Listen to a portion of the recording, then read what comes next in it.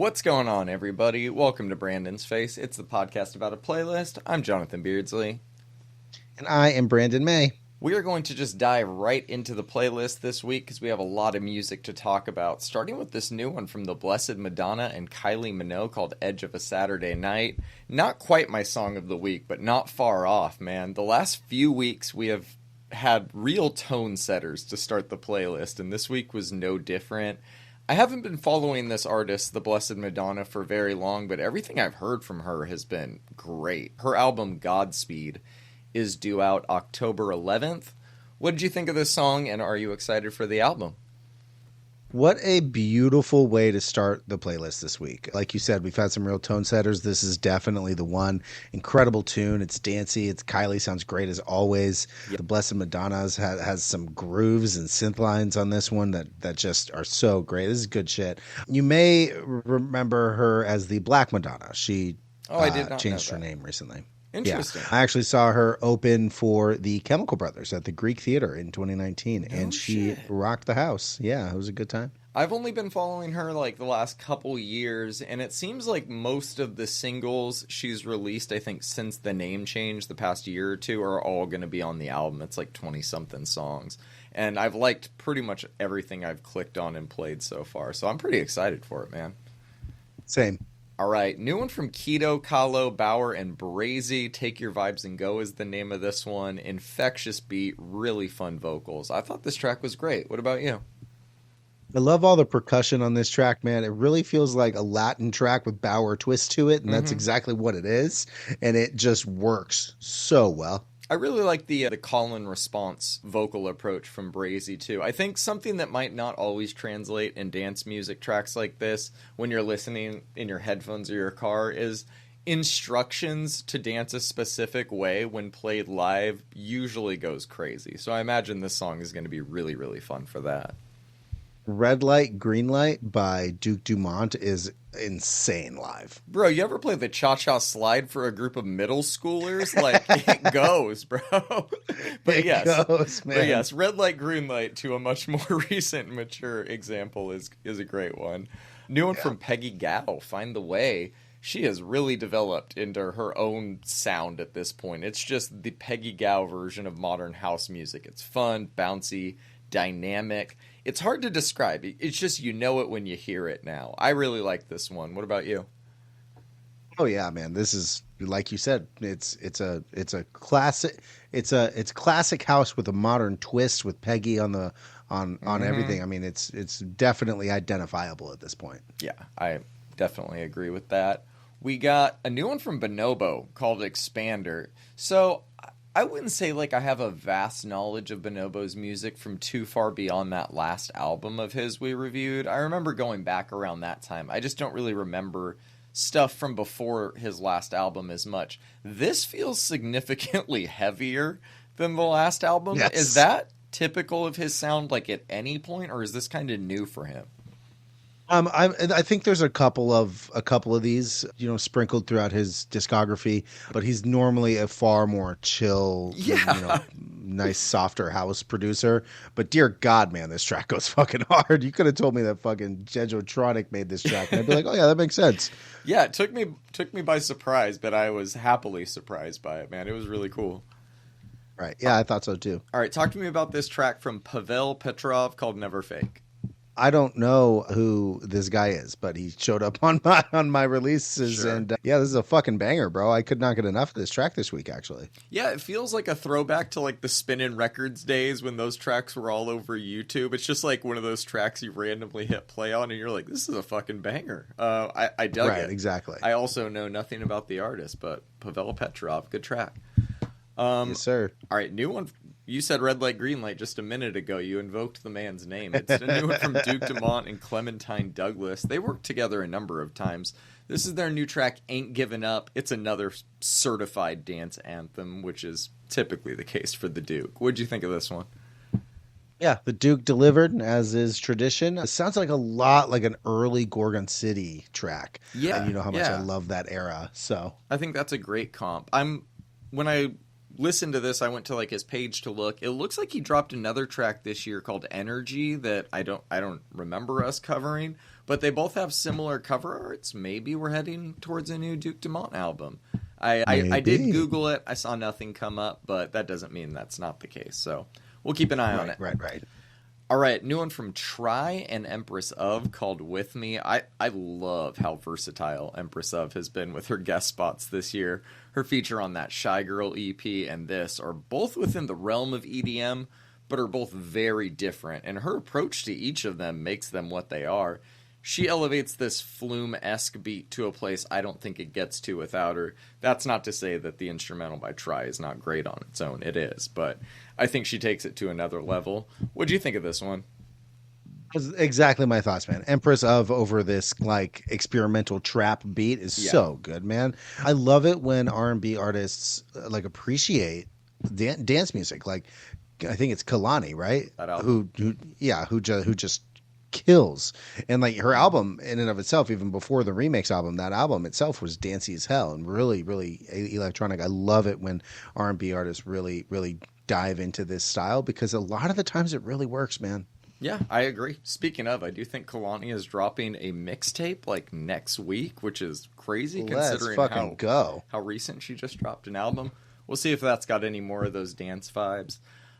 New one from Tiffany Day called Far Away. This is the third or fourth single in this album rollout. I think all of them have been great in their own ways, but very different. This is more of like an alt-pop song with some garage influence in the production. I like it. Her new album, Lover Tofu Fruit, is out September 13th. How are you feeling about this one? You know, man, maybe it's just me, but every time this track ended, I forgot about it. Yeah, I don't think it's one of her stronger singles, if that's what you're I think I was just taken out, you know? Like every time the song would come on, it didn't matter what I was doing. I would just kind of be like days like away, even though the music was playing. I don't know. I don't have that happen often, but when it does, it's almost jarring, you know? So you got the elephant brain, man. Yeah, I think this is kind of going to be like that Wolf Tyler EP that we reviewed a little while back. I think all of the songs on their own are very good, but it's going to be them packaged together that'll make it like the solidified, memorable piece of art that it is. I like this one, maybe. Though. All right, good shit. Yes. New one from Lola Young, Flicker of Light. This is my song of the week. I didn't know what to expect from it since she just dropped a new album, and it doesn't feel like a throwaway at all, man. I love her voice. I think her band crushed the instrumental on this one, man. It's great. What'd you think about it? Yeah, that was my thought. Like, is this can't be a throwaway, right? Because it's so good. She don't make throwaways. I mean, maybe that's the case, right? Maybe the bonus edition is going to be like 20 tracks and it's going to be like, you're welcome. Mm-hmm. Yeah, she kills it on this one, bro, for sure. Yeah, I've tried to look into it. She did post a little bit about what the song is about, like what she wrote it about. I don't have that in front of me, so I won't dive into that right now.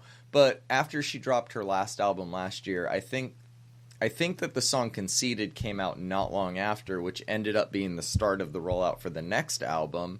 But this song has the single Messy attached from her last album, kind of making me think it's either a deluxe edition track or just like something she's released that's attached to this same era, not necessarily the start of something new. I don't think like album definition really matters with her right now because she's just crushing everything she puts out. Real. All right, new one from Lisa from Blackpink and Rosalia. This is one of the biggest names in K-pop, working with one of the biggest names in Latin pop on a song produced by Max Martin, mixed by Serban. It's the type of big pop star crossover shit we've been missing lately. It works for me. What about for you? This is such a great collab, John. They need to do way more of this. I didn't know that it was. I didn't know that it was produced by Max Martin. That makes a lot of sense. It's man. This is incredible pop tune, man. I love how Rosalia is warranting Travis Scott like beat switches when she comes on a song. Now it's fucking great. Right. She's like, no, I don't care what song it is. It's my song when I'm on it, and it sounds like whatever I want it to. I really dug it. Straight up. Yeah, I hope both of them release more new music soon. All right, new one from Lady Gaga and Bruno Mars, Die With a Smile. What'd you think of this one? I'm actually dying to know what your thoughts are, but this is a beautiful song for sure. But it feels like such a lackluster track for like the first music she's put out in like a minute, right? And like Bruno Mars doesn't have Right, and Bruno Mars hasn't done like a single thing. Like I know he did the one with Anderson. Yeah, Saxonic, but like he hasn't had his own. Like this feels so lackluster, man. Like there. It's I don't know, man. I liked it, but like I was taken aback by how simple it is. I think with it coming after the Lisa and Rosalia song, you're getting the flip side of the coin I was just talking about. This is also two of the biggest pop stars in the world doing a big crossover, but to much Real. less success for you and I. It's not the, and like you said, it's not that you and I think this is a bad song. It just feels more of like a retread. Feels like something he wrote for doo-wops and hooligans 10 years ago that just never got released and had Lady Gaga added to it. I don't know. It just sounds fine. They're both very talented vocalists and songwriters, but it did nothing for me. I felt nothing. That's kind of where I stood with it. All right, new one from Kyle Dion, Come Again. The title is a bit crude, but the song itself is a bop. What'd you think of it? I don't think I really liked his last EP that we talked about, but this track is really good, man. Yeah, you were hard on it. That song Gimme on there was my song of the week that week. I love this guy's voice. His songwriting doesn't always do it for me. I don't think this is one that I'll probably be revisiting much after this week, but if he throws it on an album, I'm not going to skip it either. New one from Audrey Nunes, Sucking Up, man. I love a good rap weirdo, and Audrey is just peak rap weirdo right now. What'd you think of this one? He continues to kill it. Great song, really Yeah. neat progression. Everything about the song is great. Yeah, I am eagerly awaiting an official follow-up to her last project. It sounds like we've gotten like 4 or 5 singles, I feel like, over the past year or so. So I don't think we're far away, but man, I'm really enjoying these. This one was a lot of fun. Great cover art, Agreed. too. All right, new one from Flying Lotus. Jesus Christ. I was not expecting a new Flying Lotus track to just be him making Twin Peaks references for a few minutes, but I will happily take it. Always great hearing his voice. What did you think of this one? I saw the name and I was like, the fuck? Like maybe it's maybe it's one of those AI things that Spotify keeps getting where it's just like somebody. It's real. Nope. Yep. No. It's Flying Lotus. Captain Murphy himself. Yeah. If you didn't know, you would know 1 second into the song. Yeah. Yeah. Exactly. All right, new one from Chance the Rapper and Joey Pert, Bad Boys 2. I cannot believe that I unironically really like a new Chance the Rapper song. Credit where it's due, man. This is pretty good. What did you think about it? John, this is so much better than I thought it was going to be. Right, dude. I was like, what I would have loved more references to Bad Boys 2 than we got, but both rappers did their thing very well, man. There's some wild ass bars in here. Yeah, I almost said I wanted like another verse, but I think it's good that a song of his actually left me wanting more in some way. I haven't felt that with a Chance song in a very long time, so this was much needed. Divorce Chance, kind of fire. All right. We got a new one from that Mexican OT, Currency and Ellie Dollar Sign. 1982 is the name of this one. It's a great track, the exact type of vibe you would expect for the artists involved. So many rolled R's in the verses on this one. It's a really good time. What do you think about it? All three of these guys kill all of their parts on this, and just like the fact that I believe that Mexican OT most definitely gave Currency a 12-pack of Mexican Cokes is my favorite part of this song. Like I wholeheartedly believe that. Yeah, that's a good deal at Costco, by the way. That 12-pack of large Mexican Cokes. I know where right, like that's kind of what I'm like. Currency could go get them, but like that Mexican was like, "Hey, I got you. let me get you that good." You know what I mean? That is the best Coke in the world. Like there's no 100%. All right, new Sungazer, Against the Fall of Night. I love it when the electro jazz boys go all out like this, dude. This is a lot heavier than that last EP of theirs we reviewed. They absolutely kill it, though, dude. This is great. What'd you think? And it's my song of the week, as you probably guessed. God damn, does Sungazer do it right, man? They do this so well. That breakdown, oddly, like towards the end, is like, what? Yeah, what the fuck?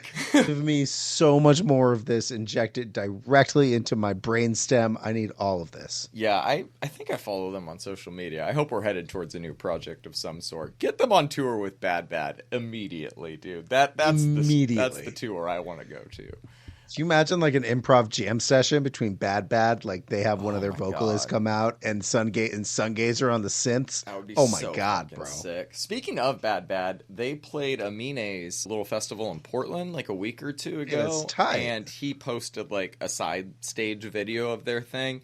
Man, they fucking crush it live and they command the crowd in a way you wouldn't really expect for the type of music they play. I mean, they do some of the gimmicky stuff, everybody squat down, explode when the song drops, that type of stuff, but man, I mean, it's a little different than when you have just a pop artist commanding you in that way and just like world-class musicians that are about to blow your fucking mind on that drop. It's really Right. fucking cool, dude. So yeah, if anybody listening is a fan of them and hasn't seen them live, go see them immediately. Yeah, I think I watched it was their 2020 or 2021 set at Coachella, and they had Bad Bad closing Mm-hmm. the one of the stages, and my God, was that just an insane show. Oh yeah. Like I wasn't even there, and I was transported out of my body to the polo fields. You know what I mean?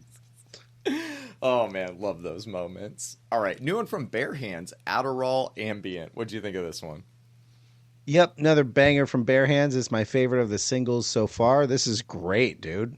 Yeah, I liked it. I wasn't really feeling this one lyrically, but I thought the music was really, really good, especially that last minute. Genre-wise, it's blending a couple things, but I enjoyed it overall, for sure. Yeah, that last minute is really neat. It's got like this. Got It's a got a lot punch. of different things happening. Yeah, You yeah, know. for sure. The song I just straight up hated is this Newfound Glory cover of Part of Your World. I can't believe you added this, but I guess it's worth talking about. Obviously, the cover is terrible. It's Newfound Glory covering Part of Your World. But it's the fact that it's not ending here that's the shocking part. Disney is putting out an album of pop punk covers of classic Disney songs from mostly older bands, but a few are newer ones as well. I know I saw Yellow Card and Magnolia Park on that track list. I'm not Hmm. excited for it at all, but I am morbidly curious. What about you? Oh my God, you should have seen how quickly I put this on the playlist, bro. I can I was like, imagine. oh, John's got to hear this. Thank you. Thank you I'm so sorry, much. man. I'm sorry, man. Yeah, this is interesting. Yeah, It's not good. It's not. Honestly, it got me singing the song all week. Like the song was stuck in sure. my head, like the original song though, not Chad's version. It's I'm like you said, I'm morbidly curious. I Sure. think Bowling for Soup is on Yep, it. I'm not going to ever say a Honestly, bad that's word about Bowling for Soup. right. That might be. I was just gonna say that might be like the best thing that Disney could have done Yeah, for that thing because Simple Plan is gonna just ruin their song. Yellow Card might be pretty cool if they throw the violins in there. sure. We'll see, man. I'm morbidly curious about what it's what it's gonna sound like in the end. I'm sorry, and you're welcome. When I saw the cover art for this, I was like, "New Reason to Not Live" just dropped, man. This is everything I hate. All right, moving on. We got a new one from Sweet Pill. It's a cover of "There There" by the Wonder Years. The thought of Sweet Pill covering the Wonder Years had never crossed my mind before, and honestly, shame on me because that sounds fucking great. What did you think about this one? Yeah, man, this is really good. The guitar tone is like perfect. Her voice is Great, yeah. beautiful. It's fantastic. It captures a lot of like the Sweet Pill sound I really enjoyed from their debut album. I don't think they hit this sound quite as much on that last EP. They did, of course, at times, but just not. It makes you feel a certain way when Sweet Pill's like really firing on all cylinders, and I was happy they For got sure. there in a cover of all things. So good for them. I know. I know. All right, new one from Fiddler, Sad Kids. What'd you think about it? I feel like they called out 16-year-old Brandon really hard on this one, and I didn't like that. But the song is great.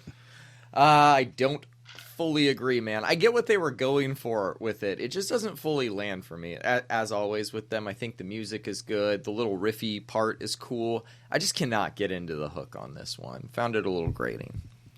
It's fair.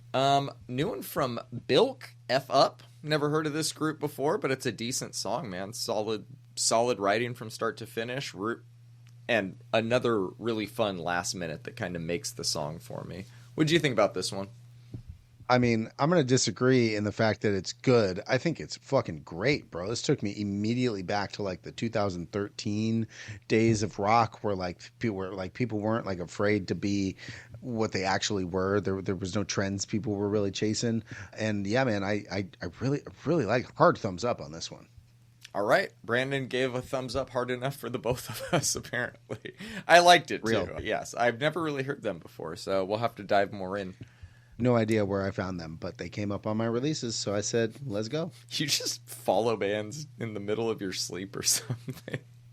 No, I think I have one of their albums in my listen to next playlist, and whenever I do that, Yeah. like somebody recommends something, I always hit the follow button just to remind myself. And then once I don't get to it because I am the way that I am, Sure. they inevitably release new music. Yeah, yeah, and I feel like the algorithm is just really weird, especially with Spotify in that regard, because I get release radar stuff for artists I don't follow that I'm like, didn't I listen to a song by them like 5 years ago? So, I don't know. You never fucking know, but good find, man. Yep. All right, new one from Suatana called Foreverland. What do you think of this one? Figured I'd throw some melodic death metal to the playlist this week, even though we have like a whole album Some later in the melodic show. death. Real. Riffs are insane on this track. I'm interested to see if this turns into a bigger project, but I really liked this song. Yeah, dude, I dug it as well. Very Bodum-like, which I have not heard in the mellow death arena in a while. Right. I dug it. Really liked it. I too would be interested in a full album. New one from Black Braid, Warriors. Another straight up banger from Black Braid. Big surprise there. What'd you think of this one? Right? Like the guy's allergic to missing. Black Braid 3 is reportedly finished and is due to come out soon. No release date on this yet, but if this song is any indication of what it sounds like, I will enjoy it for sure. I think that was in both of our top metal albums of the year last year, so we'll be looking forward to that. It was a great album, bro. Sure. Oh, fucking really good, dude. All right, new one from Paganizer called Flesh Requiem. This is hard as fuck, my guy. It does some good fist slamming shit. I love the way the track just kind of falls apart at the end, too. Hard thumbs up for me on this one. What about you? Love it, bro. I'm so glad you liked it. It's got like that classic death metal like riffage, but it's got the drumming of a hardcore song. It's really cool, man. It kind of fucked me up the first time I heard it. Out on this and the next song are both out on Transcending Obscurity Records, which is quickly becoming one of my top 5 record labels to listen to right now. I love the Elden Ring-esque cover art on this one, too. Really good shit. All right. Talk to me about this one from Devon... How do you fucking say this? Devenial Verdict? Is that the name of it? Devenial Verdict? I don't know. Devenial Verdict. The song is called Garden of Eyes. I'm going to say it with confidence. Devenial Verdict. It's good, man. It's got a lot of growls and chugging. I really liked it. I like the part when they just start shredding over it out of fucking nowhere. It was a fun song. What'd you think about this one? Crushing. That's like the only adjective I could find for it. Just fucking crushed me, man. First time I heard it, I was like, God damn. Yeah, crushing is appropriate. Very well put. All right, 2 new songs from Shoo Shoo to cap off the singles, Arp Omni and Beneficium. I think that these are the first 2 tracks off of the new album, if I'm not mistaken, which explains why the first one feels so much like an intro. It's really good, very dramatic. It's Beneficium, though, that kept me coming back this week. Fuzzy, shrieking madness that gets more mesmerizing as it goes. Were you a fan of either of these?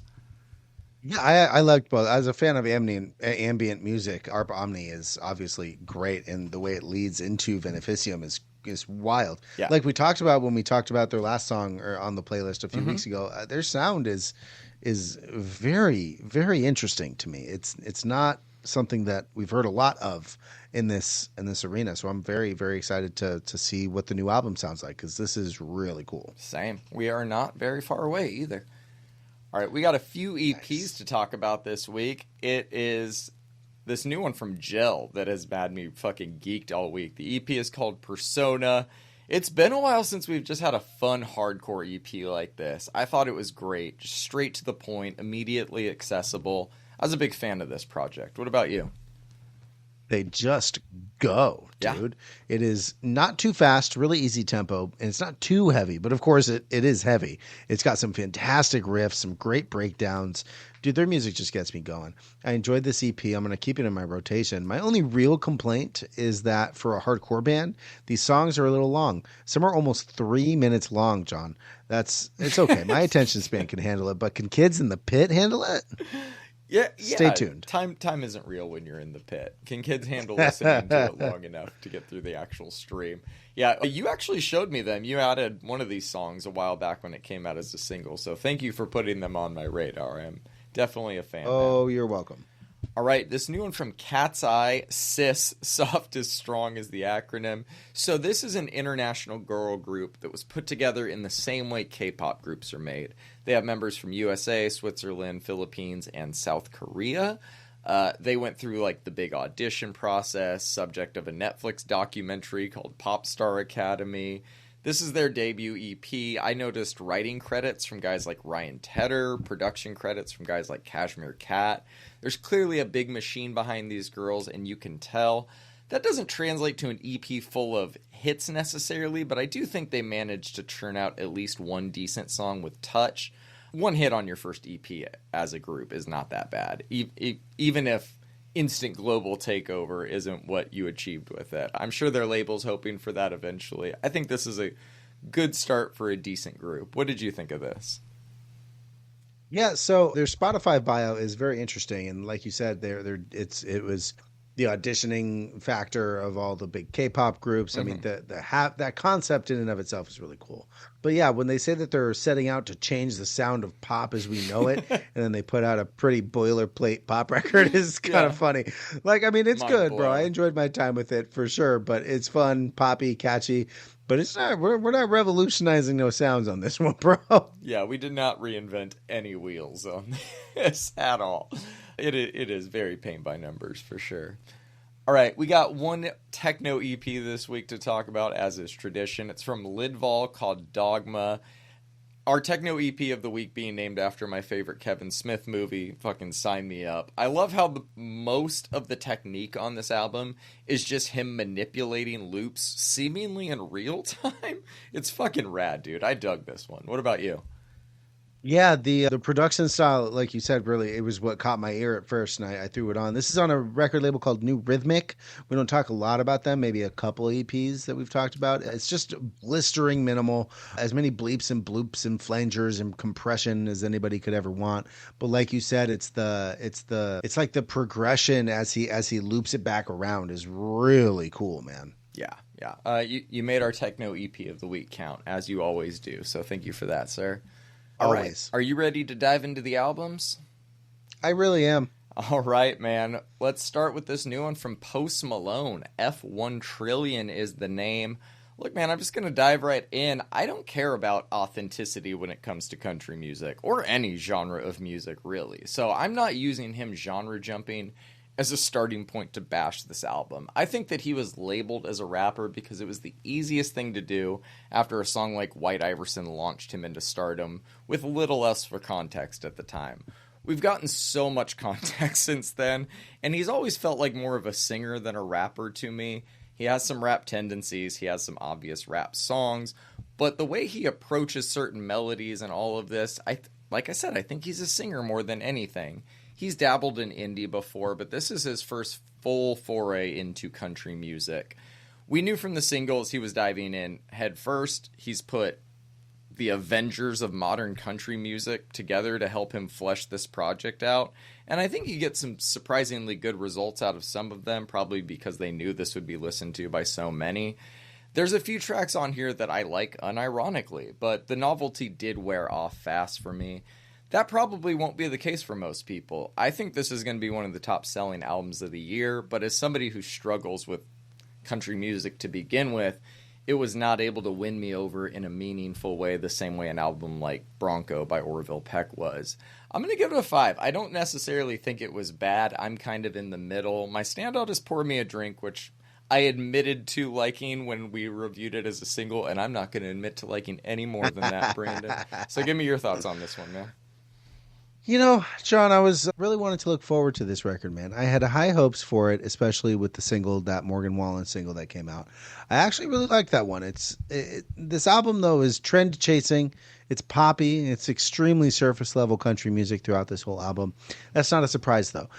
What can we? That's actually what we can expect from Posty. Hmm. I don't even think it's like a bad thing if I'm being honest. He's known for making surface level pop music that chases the trend. Go back to Beer Bongs and Bentleys and move forward to all the way to his indie rock album from last year when all the singer songwriter stuff was blowing up, right? Yeah. I mean, he takes, he always has that sound, right? So that may or may not be the next big trend coming out in popular music. And then he does it. And he does it the way he does, well, without any kind of devoid of really a lot of meaning, right? I think he did this okay. I don't think it's bad, like you said. I actually really wanted to like it more, though. And there are a few tracks that are good, right? The Wallen track, the Dolly track, even the Chris Stapleton track. I liked the Lainey Wilson collab, but man, Post Malone must have gone into this album with a very simple vision. Let's make the most accessible pop country album of all time and hire everyone we can in the industry to bolster it up. Yeah. I actually don't even mind that concept and that vision. Like I keep saying, I don't think that's a bad thing. I just don't think I'll be returning to it as a project. I don't have to like it, and I didn't really. So it's between a 4 and a 5 to me. Had Some Help is an undeniable banger, and you're wrong for disliking it. So Never said anything about it, Brandon. All right.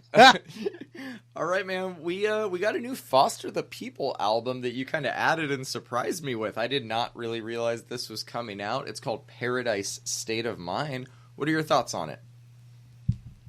I think anybody expected the Foster the People to drop an indie disco pop record, but it's somehow exactly what I needed at the exact right time, man. This album just provided like a burst of energy every time it came on this week. I really appreciate this one. It has like a similar feeling emotionally to me as S.G. Lewis's album Times. It's got that pop feel while also maintaining a level of artistic integrity to the craft that brought the band to the forefront. It's something we talked about with both of the most recent S.G. Lewis records, where he still respected the house music roots that he came from, but he interpolates that into like his funk sound, right? That's exactly what Foster the People did on this record. They took their indie sound and moved it to a more disco-oriented sound while still respecting and paying homage to the early aughts of indie pop that they came from. It's got so much dance and so much fun and energy just infused into their sound. This album was addicting to me this week, man. I can actually see them playing like a lot of festivals this year in high booking spots because this album is pretty damn good. They start off the album with a pop banger with See You in the After. We get a fantastic bass line with Lost in Space, which I like. Tracks like Take Me Back though are just like this incredible like slower indie style rock song that they got to like inject some fantastic synth work into. The sound continues into Let Go, but then they kind of turn the heat up with Feed Me, which is a real funky one. Undeniable bop.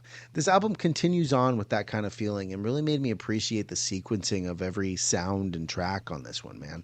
Every time they brought you down, they brought you right back up. Easy to digest at just 43 minutes. And God, this was an engaging listen for me. I really loved this album, John. I can't really find anything I dislike about it, if I'm being honest. It made me feel like I was listening to their album Torches from 2011 for the first time again. Yeah. And I love that, man. This is a great album. It's somewhere between an 8 and a 9. Standout is Feed Me or the closer, A Diamond to Be Born. Both fantastic songs. What did you think about this one? Dude, fuck yeah. We're pretty much on the same wavelength here. I didn't know what to think of this one going in, but I had a really good time, dude. It's sharp writing, funky bass lines, melodies you can sing or dance to with ease. It just makes this project fun. You can throw this on like alongside Group Love, Portugal the Man, and just vibe to it. It's like you said, indie pop with like a disco or a French house sensibility to it. You said it came along at the right time, and I have that same note, dude. It's like the perfect late summer album. I don't really have any thoughts on it beyond that. I just really liked it, dude. I have it at like a solid 7. My standout is the opening track. I really, really dug that one. See You in the Afterlife is the name of it. What a great way to start an album. Just right out the gate. Let's pull some Earth, Wind, and Fire. You know what I mean? Yes. Why don't all groups do that? Why didn't Latto do that on this next album? Sugar, Honey, Iced Tea. Just start it with some fucking Earth, Wind, and Fire. Yeah, our next album is Latto's Sugar, Honey, Iced Tea, if you couldn't tell by my horrible transition there. This one came out a few weeks ago. I figured I'd throw it on since we had a slow week to catch up. It's not one of the better rap albums we've heard lately. It does little to stand out in a crowd of similar acts. Megan has been one of my favorites this year, and even the track she's on feels just kind of flat to me. The name of the album doesn't help. I think we've all seen the acronym for Sugar Honey Iced Tea drilled into the ground time and time again, and every time I hope it's the last. It was not, though. It's not bad from a production standpoint, but it's not very memorable either. There's moments on it I enjoyed, but I am having trouble remembering them as I speak right now. And that just kind of speaks to the album this is. It's fine, but ultimately forgettable. I'm going to give it a 5. My standouts are Blixum and Brokey. I really enjoyed the production on those ones. What'd you think about this one, man? Generous is what you are. It's fun for a few tracks, but the shtick kind of gets old for me. You're lucky I didn't have the deluxe edition tracks. Bro, this is over an hour long of the same exact fucking song over and over again, man. I can see why she's popular, right? She's got a decent flow, but she very rarely changes it up. This whole thing just fell short, man. Her cadence barely changes. Her flow is not versatile at all. Very limited subject matter. The production, like you said, is good. It's somewhere between a 3 and a 4 for me, bro. I don't have a standout here. Fair. Let's just move on to this next one because I'm very excited to talk about this one. It's the new one from Tinashe, Quantum Baby. I put this album on first thing last Thursday night when it dropped and was immediately blown away, dude. It's the second project. You told me to shut up. Yeah, I was like, you text me something. I was like, shut up. It's Tinashe time, Brandon. It is the second project in a planned trilogy of albums with Baby Angel from last year being the first. I love Baby Angel, but this has topped it in every way for me, dude. It's airtight, no fat, bops from start to finish. Short at 22 minutes, no simulation and red flags, feel kind of like interludes despite being the same length as other full songs on the album. But I think it all works together to create one of the more fun R&B experiences that we've had this year. Getting No Sleep didn't do much for me as a single when it dropped, but I love it on the album. The new songs we got are great. Thirsty is everything I love about her sound, just rolled into one song. No Broke Boys feels primed to be the next single. But there's no mistaking the song this album is going to be remembered for. Nasty has had probably the most cultural impact of any R&B song released this year, and it's also her first certified hit since going independent. She deserves all of the flowers for this. I'll be running this album for the rest of the year for sure. I'm already looking forward to part 3, but I will enjoy this one for quite some time. It's like a high 8, maybe even a low 9 for me. My standouts are Nasty and Thirsty. What did you think about this one, man? Did you enjoy it? Bro, she had a really good idea with the opening track being No Simulation, as it really shows off like her angelic voice and serves as a fantastic intro right into Getting No Sleep. This album is extremely good, John. It's only 22 minutes and it showcases how much growth Tinashe has experienced as an artist. The production is immaculate. The voice is obviously insane and is shown off greatly. Tinashe killed this, bro. From the intro to the grumbling bass line on Cross That Line to the fun as fuck nasty. I loved this whole thing. It like the very high 8 for me. Yeah. Well, honestly, No Broke Boys is such a fun track, bro. I think that's my standout. I think that's going to be a social media hit too. It's so fucking good, dude. She's a student of the game. That one's a hit. It's people just have to hear it. I'm glad you agree, man. All right, talk to me about this new Feed Me one, Feed Me's Vintage Rally Championship. I know we've talked about most of these songs. A whole album from Feed Me, and it's racing themed. It's all electro bangers. Did he write this like specifically for me? Yeah. Like you said, we heard a lot of these, but I love that we got so much electro Feed Me chord progressions on this one, bro. It's my favorite when he does that, and those eras of his shows will go down as legendary to me. He always has like some dubstep with his signature Serum preset sound, but it's this style that I really love. The way he blends his bass lines into lead synths is just straight up masterful, bro. Anybody who's ever dabbled in production can tell you the sounds that he achieves are not easy to get to. He's using like 2 or 3 instruments and it sounds like it's the same fucking sound. And he does it extremely well. From the second I clicked play on 100 Days to the final drop on If Only, I was engaged and immediately ran it back fully, at least like 3 times the first time I listened to it. It's Absolutely incredible. The whole thing's a standout, 9 out of 10. big surprise, Brandon. Yeah, I like the guy, I man. What do you know want me to you. say? No, I expected no less from you. With the exception of the first song, I think we've heard all of these as singles. I love the groove that he's been in with this like style of production. Like you said, the Feed Me electro chord progressions are always fucking great to hear again. Getting all of these songs together on one project is very cool. The new song, 100 Days, is very solid, if not a little on the nose, but it just resonates as some of that like 2010s EDM cheese charm for me more than anything. It's a solid project, man. I think it's another solid 7. My standout is Calorific, which I had a feeling it would be when it dropped as a single. That is very me-coded. I love that song. For sure. All right, man, talk to me about this new Dark Tranquility album, Endgame Signals. All right, man. So Dark Tranquility is inarguably one of the most important bands in the melodic death metal genre of all time. They have more than a couple classics in the genre, including The Gallery and Fiction from, I think, 2007. They helped pioneer a genre that I hold very close to the chest. So, needless to say, I was pretty freaking excited for this album. I wouldn't say that I'm disappointed because I'm not disappointed, but it really didn't hit the expectation that I put on it. I really liked their 2016 effort, Atoma, and didn't listen to the album in between this one and that one, but it's most definitely like not bad. It just feels very non-inventive. It feels like there's no heart in it, man. The riffs are there, the melodies are all there, the guitar solos are great, and it's produced very cleanly, but it's just missing something, man.